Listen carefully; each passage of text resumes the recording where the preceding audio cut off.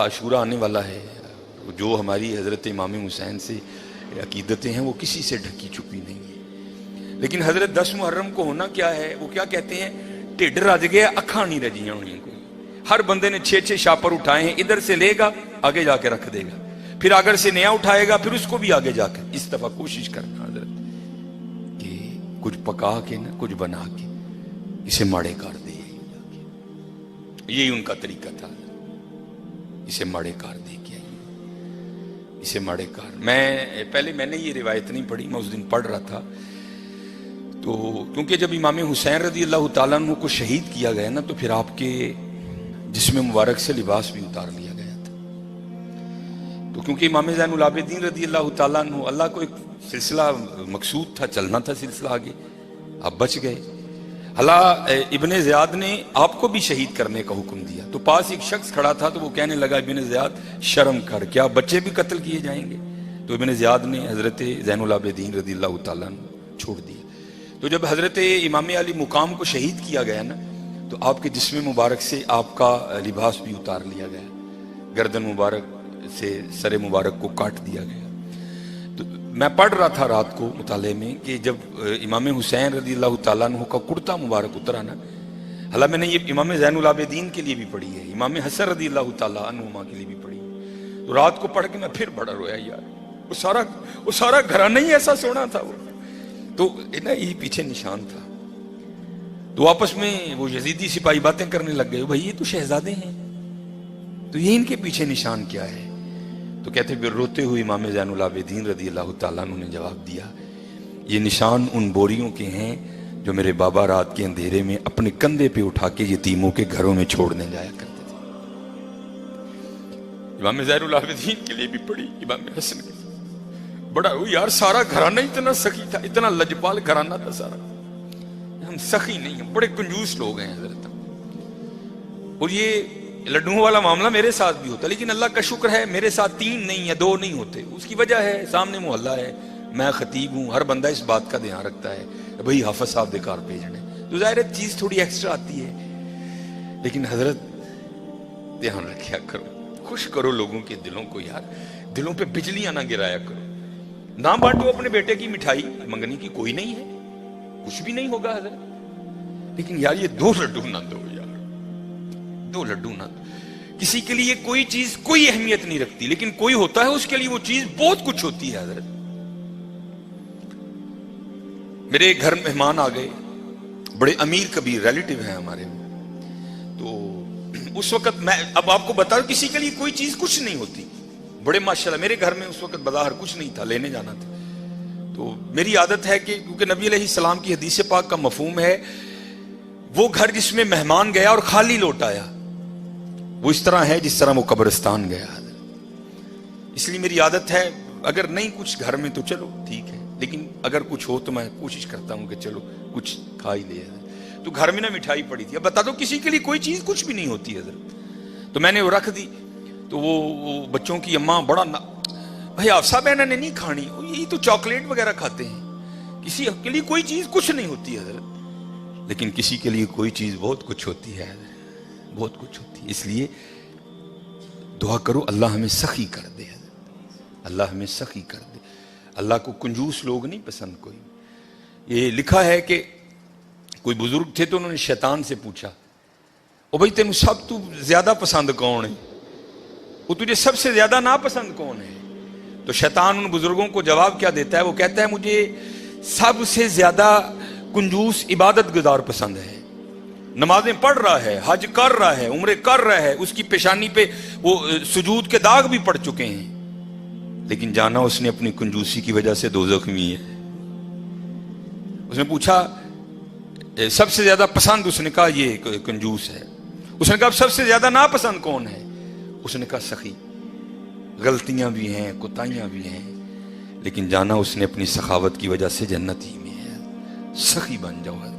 اور جب اقبال نے بھی لکھا نا حضرت عثمان غنی رضی اللہ، تو امت کے حال کو دیکھ کے اقبال بھی رویا ہوگا، تو پھر اقبال دیکھ کے لکھتا کیا ہے، اقبال لکھتے ہیں نہ حیدری فقر ہے مولا علی فقیری، حضرت عثمان غنی امیری، تو کیا اقبال کہتے ہیں نہ حیدری فقر ہے نہ دولت عثمانی ہے. سخی. اب میں آپ کو بتاتا ہوں سخاوت کیا تھی حضرت عثمان غنی رضی اللہ تعالیٰ عنہ، داماد رسول علیہ الصلوۃ والسلام. یہ لکھا ہے کہ حضرت سیدنا ابو بکر صدیق رضی اللہ تعالیٰ عنہ کے دور مبارک میں نا مدینہ پاک میں قحط پڑ گیا. تو سارے جو مدینہ کے رہنے والے تھے وہ حضرت ابو بکر صدیق رضی اللہ تعالیٰ عنہ کی خدمت میں حاضر ہوئے. آ کر عرض کی اے خلیفہ رسول دعا فرمائیں. آپ نے فرمایا انشاءاللہ آج رات تک غلہ آ جائے گا. لکھا ہے کہ حضرت عثمان غنی رضی اللہ تعالیٰ عنہ کے 70 اونٹ مال سے بھرے ہوئے بکنے کے لیے شام گئے تھے حضرت. اور آج کے دور کے لحاظ سے آپ اس کو کنٹینر بھی کہہ سکتے. اونٹ پہ حضرت کو تھوڑا سامان نہیں لگتا، بڑا سامان آ جاتا ہے اونٹ پہ، چھوٹا کنٹینر. 70 کنٹینر آپ کے بکنے کے لیے شام گئے ہوئے. رضی اللہ تعالیٰ عنہ کو بھی پتا تھا کہ امت کی کیا حالت ہے. آپ نے وہ 70 اونٹ شام سے مدینہ پاک واپس بلوا لیے. اب جب وہ 70 اونٹ قحط کے زمانے میں مدینہ طیبہ واپس آئے نا، تو جو تاجر تھے وہ سارے اکٹھے ہو کے نا حضرت عثمان غنی رضی اللہ تعالیٰ عنہ کی خدمت میں حاضر ہوئے. آگے عرض کی اے عثمان قحط بھی پڑا ہے تو آپ کے 70 اونٹ بھی واپس آ گئے ہیں، تو بیچتے ہو؟ آپ نے مسکرا کر فرمایا کتنے گنا پر خریدو گے؟ عرض کی حضور 2 گنا. آپ نے فرمایا نہیں بیچوں گا. عرض کی حضور 3 گنا. آپ نے فرمایا نہیں بیچوں گا. عرض کی حضور 5 گنا. آپ نے فرمایا نہیں بیچوں گا. اب 5 گنا بڑا منافع تھا.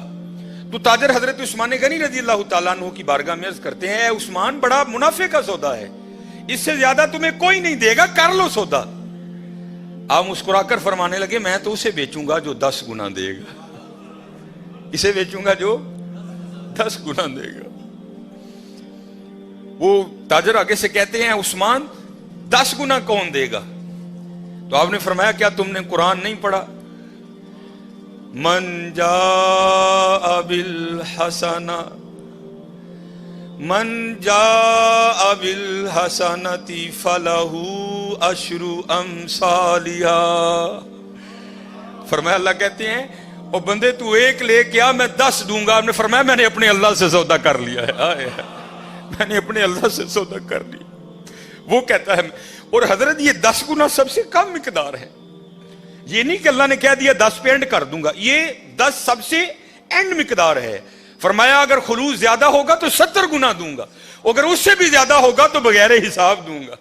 آپ نے فرمایا اگر کوئی ہے 10 گنا والا تو بات کرو. میں نے کہا نہیں. آپ نے فرمایا میں نے اپنے اللہ سے سودا کر لیا. اور لکھا ہے کہ آپ نے مدینہ پاک میں صدا لگوائی. آپ نے فرمایا مال پڑا ہے، جس کو جو ضرورت ہے آئے اور اٹھا کر لے جائے. حضرت یہ تھے حضرت عثمان غنی رضی اللہ تعالیٰ. اور ایتھے کی حضرت جی گھر دے 12 جی نے میں منڈے دی منگنی کیتی ہے جی 2 لڈو دے کے ہو گئے جی بھائی. نہیں سخی بنو حضرت، بد دعائیں نہ لو، دعائیں لو لوگوں کی، سخی بنو.